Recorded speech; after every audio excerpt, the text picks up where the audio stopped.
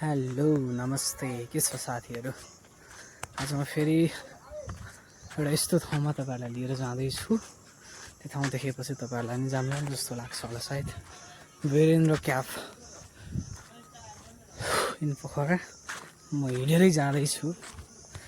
अघि मैले बाटो भुलेर पारिपत्ति त्यहाँ गएर फेरि फर्केर आएर ल जाँदैछु। अहिले पनि पुग्ने हो कि होइन, कहाँ पुग्ने हो, के गर्ने हो, आई डोन्ट नो। बट म मेरो डेस्टिनेसनसम्म नपुगी छोड्दैन। यो भिडियोलाई अन्तिमसम्म हेरेर साथ दिनु होला।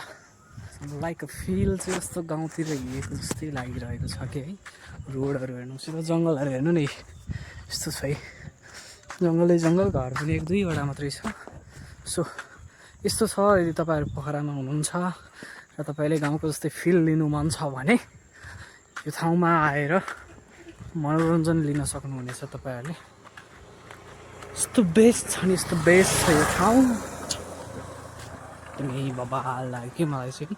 सिमलाईको गाउँ घरतिर हुन्छ नि त्यो जङ्गलहरू, त्यो बाटो सुनसान है, कस्तो मजा आइरहेको छ भने वाकिङ गर्नलाई। यस्तो बवाल छ साथीहरू, तपाईहरु पनि आउनु होला। ओके, लेट्स सी द क्याफ। केही समय वेट गर्नुस्, त्यसपछि म तपाईहरुलाई गुफा देखाइदिन्छु। अनि तपाईहरु पनि आउनुपर्छ नि यो ठाउँमा फेरि है, मजा लिनलाई। हेलो गाइजहरु, फाइनली म चाहिँ अब वीरेन्द्र गुफा पुग्न लागे। स्टिल यो भिडियो हेर्दै गर्नु होला है त। ओके,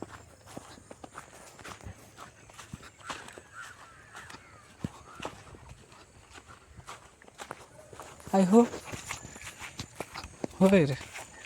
कहाँ हो भने यस्तो छैन त ल।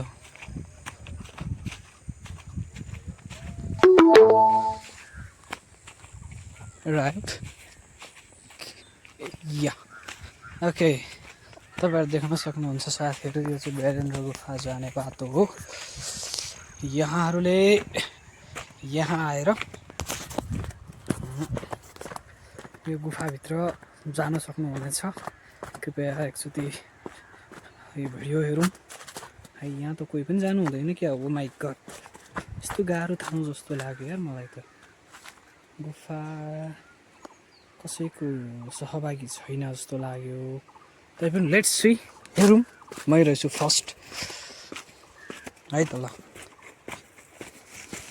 ओ माइ गड, कहाँ होला वीरेन्द्र गुफा? ल है त, तपाईहरु पनि आउन सक्नुहुन्छ यहाँनिर। कता हो बाटो? लौ न नि लौ। Where is cab? कि क्याब नै छैन भने मलाई अर्कै लाग्यो। यस्तो जङ्गल रहेछ है, भरे फर्किने बेला गाह्रो हुन्छ होइन मलाई। त्यस्तो केही नहोला, आई होप। यस्तो बर्खा लागेछ है, हरियो छ कि सबै। गाउँघर जस्तै भन्दा नि यो गाउँघरै रहेछ। मैले क्याब्सहरू खोजेँ तर कस्तो खालको क्याब पाउनु पनि मिलेन। खोज्ने गरेँ तर मैले गुफा नै पाउँदैन जस्तो लाग्यो यार। वेयर इज वीरेन्द्र गुफा? लो लो, नो क्याब। कहाँ हो त अनि क्याब? आई होप यता हो जस्तो लाग्यो है। यहाँनिर यो अघि मैले त्यो फोटोमा देखेको जस्तो लाग्यो। सो यता जाउँ है त। वीरेन्द्र गुफा, इट्स अ गुफा, इट्स अ क्याफ। या ओ या, यहाँ रहेछ नि त क्याफ। तर मान्छे नआउँदो रहेछ यस्तोमा। ओए पुरै भड्किएको रहेछ त। यो के भएको यस्तो? यस्तरी भड्किनु भएन नि है। गुफा चाहिँ रहेछ तर यस्तो सबै भड्किएको रहेछ कि है। भित्र कहाँ हो कहाँ हो, डर लाग्ने ठाउँ रहेछ। जान मन चाहिँ थियो तर कस्तो गाह्रो लाग्यो यार साथीहरू मलाई एक्लै त।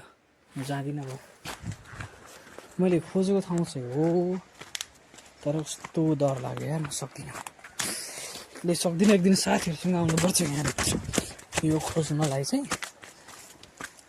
एक्लै चाहिँ म सक्दिनँ तर बेस्ट चाहिँ बेस्ट लाग्यो है ठाउँ घुम्नलाई चाहिँ ठिक छ कस्तो डर लाग्यो यार तुईले ठाउँ छोड्यो यार यस्तो अनि म्यापमा त फेरि यस्तो बवाल देखाइरहेको थियो नि त म त युज भइरहेछ होला भन्ने सोचेको छैन त पुरै बाटो पनि यस्तो छ घाँसै घाँस मान्छे नहिँड्नु हुँदो रहेछ कस्तो डर लाग्यो यार मलाई त एक्लै भएर होला सायद साथीहरूसँग भएको भए हामी लाइट बालेर पनि भित्र जान्थ्यो होइन अनि मजा लिन्थ्यो तर यो भएर एक्लै भएर कस्तो डर लाग्यो यार सक्छ त अब एक्लै एक्लै नआउनु होला है तपाईँहरू पनि यदि आउनुहुन्छ भने ग्रुपमा आउनु होला अनि हेर्नु होला तर नराम्रो रहेछ हामी अघि फ्यामिली पुरै आएको भए त आज के को घुम्नु बिजोग रमाइलो हुँदो रहेछ यहाँ यस्तो घुम्ने बवाल ठाउँ होला सोचिरहेको यस्तो रहेछ अब के गर्नु गुफासम्म पुग्न चाहिँ पुग्यो तर सोचेभन्दा धेरै फरक रहेछ कि त्यो गुफा चाहिँ है मलाई कस्तो डर लागेको कि त्यो भित्र जाने बेला है मैले भिडियो नि बनाएन अनि सो भिडियो नबनाए हेर्न नपाए पनि यहाँहरूलाई म जस घुम्न आउनुभयो भने नेचर भ्यू चाहिँ देख्न सक्नुहुनेछ यहाँबाट टक्क लाइक फिल गाउँघर जस्तै लिन सक्नुहुनेछ म यहाँहरूलाई त्यो देखाउन चाहन्छु यो भिडियोलाई अन्तिमसम्म हेर्नु होला है त लुक यो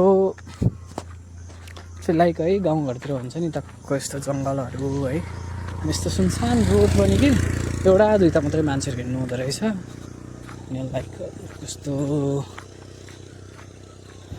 एकदमै हो कि सुन्ने गाउँ भएको गाउँघर नै हो यो तर ऊ त्यहाँ पारि बजार छ त्यो यहीँनिर यस्तो कस्तो डिफ्रेन्ट के त्यहाँको भ्यालु र यहाँको भ्यालुमा धेरै फरक के त्यहाँको भ्यालु अब अहिले कति छ होला यहाँ यस्तो सबै मकैबारी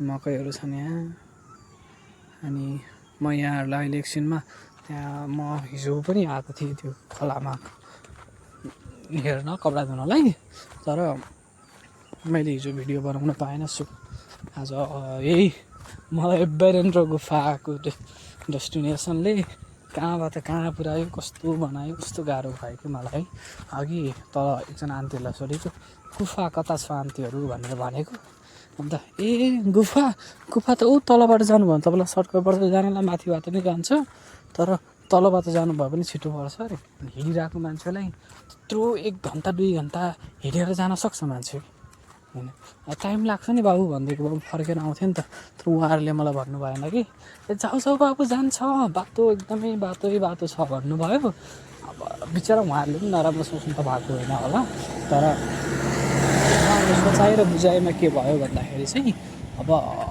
उतै बस्ने मान्छे होला सो त्यसैले सोध्यो अनि मैले भनिदिएँ भन्ने भयो होला नि त अनि त्यो भनिदिनु भयो अनि म ऊ त्यहाँ गएको ऊ त्यो पारीको यो उकालो चढेर त्यहाँनिर गएर अनि भएन फेरि अनि फर्केर आएर यहाँ तल एउटा खोला छ बिचमा के भन्छ भलाम खोला छ त्यो खोलाबाट अनि म एउटा माथि उकालो निस्केर यो रोड भेटेँ अनि यो रोडबाट अघि म जाने बेला सानो भिडियो बनाएको थिएँ नि अनि त्यतिखेर त अब डेस्टिनेसनमा म्याप हेर्दै थिएँ कहिले नआएको ठाउँ त भयो नि त म्याप हेर्ने भएर अनि मैले उ गरेन भिडियो बनाउन पाएन अनि त्यसपछि त कस्तो अर्कै फिल भएको कि त्यहाँ पुग्ने बेला त हो माइ गॉड एक्लै छु है केही हुने हो कि केही देख्ने हो कि हुन्छ नि त अब पुरा भित्र अन्धकार छ केही देख्ने हो कि केही भेट्ने हो कि भनेर गएँ यस्तो नरमाइलो भएको मलाई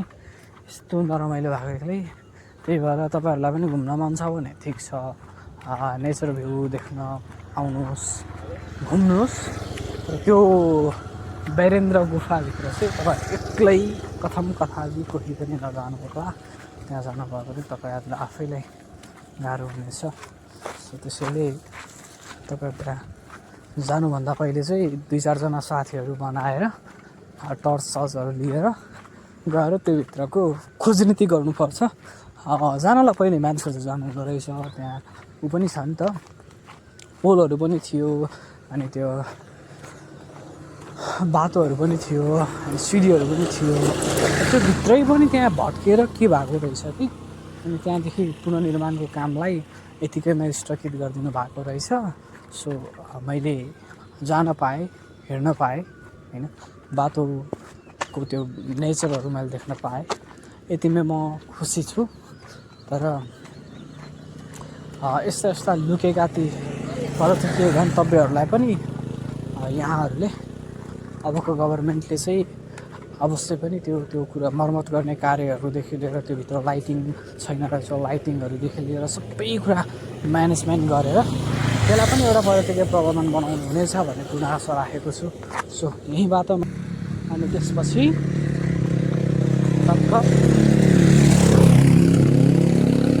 रमाइलो गर्नु होला है त। ओके, थ्याङ्क यू फर अन्तिमसम्म हेरिदिनु भएकोमा। अलिअलि इङ्ग्लिस पनि जान्छ है। तपाईँहरूलाई धन्यवाद, धेरै धेरै धन्यवाद मेरो भिडियोलाई अन्तिमसम्म हेरेर साथ दिनुभएको लागि। ओके, अब हामी अर्को भिडियोमा भेट हुन्छौँ। अहिलेको लागि हामी छुट्टिन्छौँ। हस्त, धन्यवाद धन्यवाद धन्यवाद। By by guys.